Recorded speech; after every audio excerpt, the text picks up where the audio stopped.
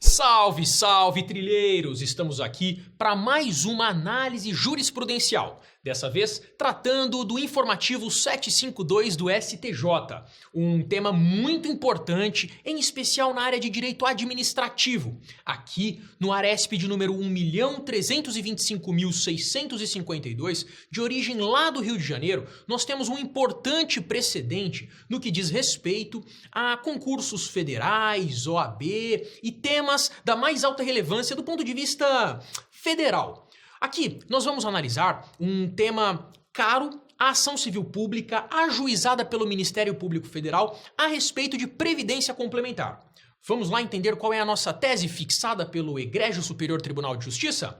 Não é possível, em ação civil pública ajuizada pelo Ministério Público Federal, a ingerência judicial no liame entre assistidos e entidade de previdência complementar. Notadamente, a proibição de concessão de novos benefícios e o cancelamento de benefícios complementares indevidamente concedidos, sem que exista prova concreta de que a manutenção desses benefícios poderia violar gravemente a esfera jurídica de número indeterminado de múltiplos sujeitos de direito.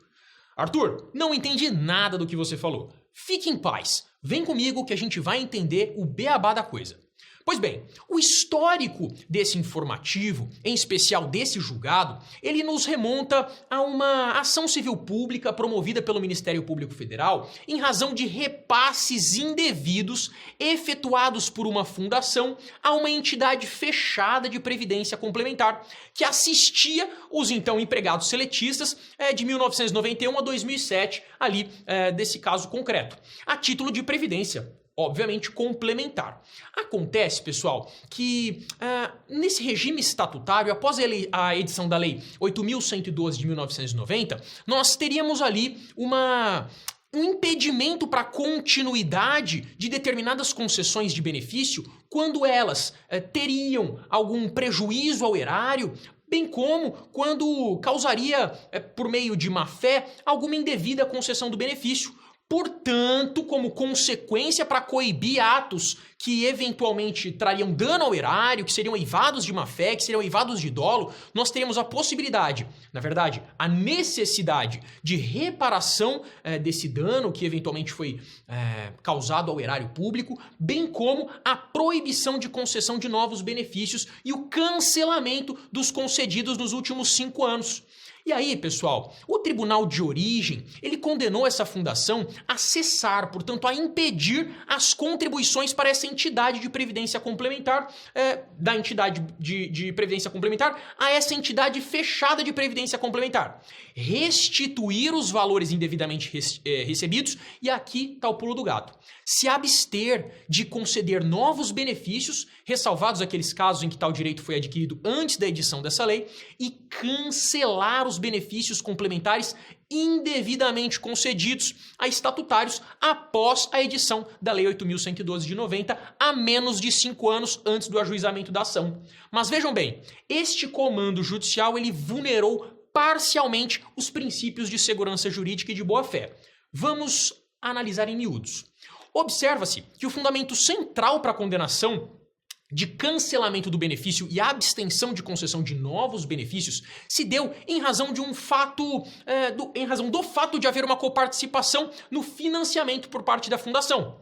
Ocorre, pessoal, que nessa situação nós não teríamos ali uma perpetuidade da condição de fundação e da condição de entidade fechada de previdência complementar, porque a partir do momento que nós devolvêssemos aquilo que foi indevidamente repassado, tecnicamente teríamos ali garantido o erário do ponto de vista monetário. Então, se a entidade de previdência complementar e a associação juntas fizessem essa devolução do erário, de certo modo grosseiro, para que vocês entendam do que é que a gente está falando, nós teríamos um impedimento, encerraríamos o problema com o erário público, porque nós estamos desfazendo o repasse que foi feito. No entanto, quando eu impeço novas concessões e quando eu proíbo as que já estão em andamento, vejam que eu estou criando novos impedimentos para os beneficiários. Uma coisa é o relacionamento da entidade, uma coisa é o relacionamento desse órgão que fará a gestão da Previdência Complementar com a administração. E outra coisa é o relacionamento deste mesmo órgão com os beneficiários. E é aí que reside o liame tão importante dessa ação civil pública, que a decisão ela precisa pairar muito mais sobre o erário público com relação à administração e com relação à entidade do que com relação à entidade e o beneficiário. Eu preciso proteger o beneficiário. Eu não preciso necessariamente garantir a mesma proteção à entidade, bem como a administração e o seu erário. Vamos lá, vejam bem. O interesse público principal perseguido com essa ação, que é impedir o custeio irregular de previdência complementar por parte da administração e restituir parte dos valores mal empregados, foi garantido com a parcela das condenações. As demais obrigações impostas de cancelamento de benefícios e a abstenção de novas concessões, por sua vez, estão muito mais ligadas à relação estabelecida entre a entidade de previdência complementar e os seus filiados, que ostentam uma outra natureza.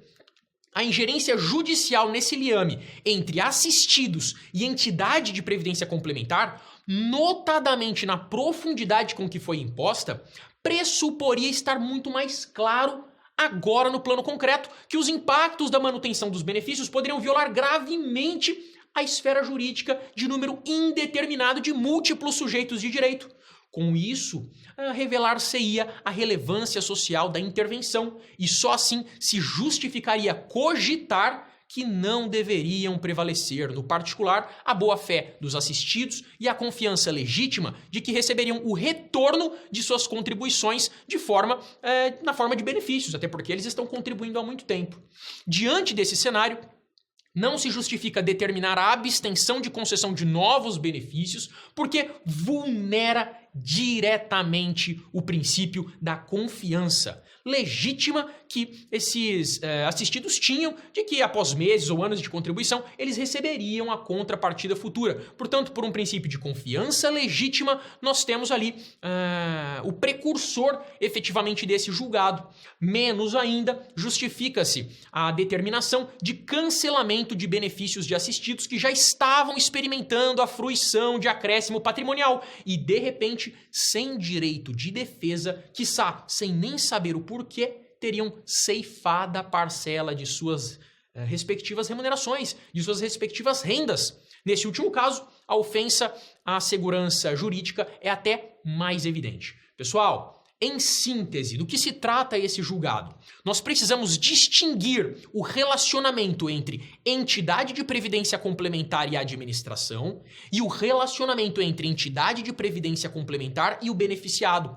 Essa relação entre entidade de previdência complementar e beneficiado, ela precisa ser protegida. O beneficiado recebe esse complemento em sua renda justamente por um princípio de boa-fé. Ele contribuiu durante vários meses, durante vários anos. Portanto, eu preciso preservar, eu preciso cuidar desse relacionamento.